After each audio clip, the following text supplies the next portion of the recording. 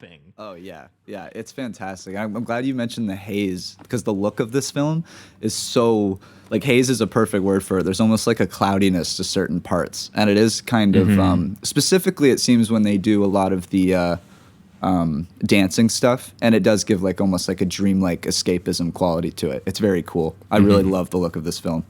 Well, yeah, because the camera is either like pulling out to, as you mentioned, like the wide shot where we're going to see this very impressive choreography, or the opposite approach. It gets really close and it gets delirious and it gets into the sweating and the sensuality of this spectacular, ritual between men and women that theoretically has gone back however long. People like fucking dancing with each other. People like, it's just, which is also very important that it specifically makes it like this, this sort of mating ritual is something that it kind of implies that it is for all of these people. Yeah, it's like despite the fact that like they don't really seem interested in women outside of the dance floor, which is like always what's been sort of interesting about this, is that like Travolta, it's worth noting, like he really put, and we'll mention it a couple times, but like he put the work in, in terms of the physicality and really selling the dancing. Like he really became a patron at these discotheques. They were going to get a double up on the mannerisms, and he was like, "Yeah, fuck that. I'm busting a move, baby." Yeah, they offered him a body double, and he was like, no, like, I'm going to train.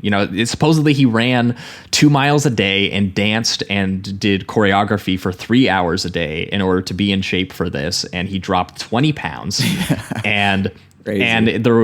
And they were saying that after every take, he would sweat so crazy because he was putting so much work in that they had to peel the suits off of him and blow dry them between takes so that he could put them on again. That makes and they you were feel like, bad by the for end, Karen Gorney or who plays in that? I can't. Donna Pescow. Yes. Oh man, they'd be just sweating. John Travolta sweat all over. Yeah, and he is just like, he's so cocky and so playful, but also does it, he also plays Tony with this woundedness and this kind of anxiousness to all him. Even the misogynistic stuff is like, there's no excuse for it, but it's a mask. That's really what it is. He just feels like he's surrounded by this group of friends that clearly has a very specific worldview, and if they don't abide by it within that group, they will probably just ostracize or whatever they'll do. And this is kind of his only, and also on some level, it feels like he only respects the craft, right? It feels like if you're someone who can dance really well, I kind of respect you, and that's how Stephanie kind of earns his approval. But if you're not that, he really doesn't, like, he thinks as lowly of his friends as he does like the girls, and as a result, he just doesn't, some of the first interactions in the club when he's not very nice to these women he's supposedly kind of being sexual with or flirting with on the dance floor, like Annette, who he dances with because but refuses to actually date her because she's not his dream girl, and he belittles her and constantly is like, are you a nice girl or are you a cunt?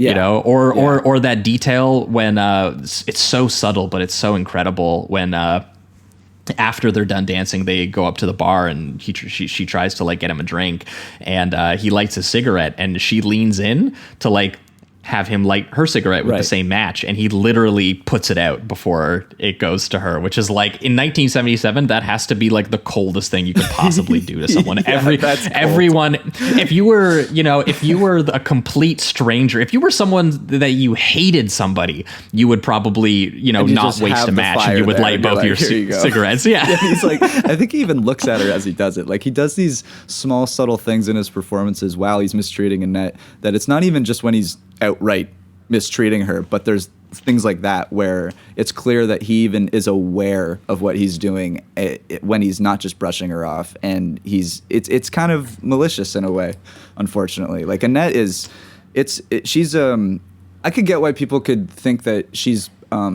written a little bit too maybe desperate, but I think that she's kind of lonely, like a lot of the characters in this. And this is how she's reacting to that loneliness and environment, rather than they're viewing women as like trophies in a way.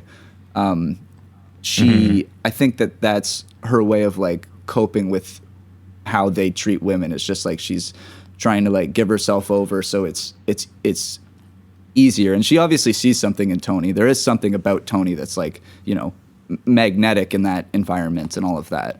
All the girls do. Man, that girl Doreen who comes up to him and is like, "Can I wipe the sweat from your brows?" You know? Girl, yeah. She's like, I love to watch you dance, Tony. I just love it. Or the one older woman who comes up to him and literally kisses him and goes, "I just kissed Al Pacino," you know? And he clearly loves their adoration of him, but he also just, you know, he doesn't think highly of them. He's just like, that is, you know, that's what they are there to do, because I am kind of amazing in a way, especially when I hit the dance floor. And it really isn't until he catches the older secretary, Stephanie, played by Karen Lynn Gorney, who can dance and is dancing to the, you know, like they throw on some like Latin music, and Tony's like, "I can't dance to this," because he's kind of racist.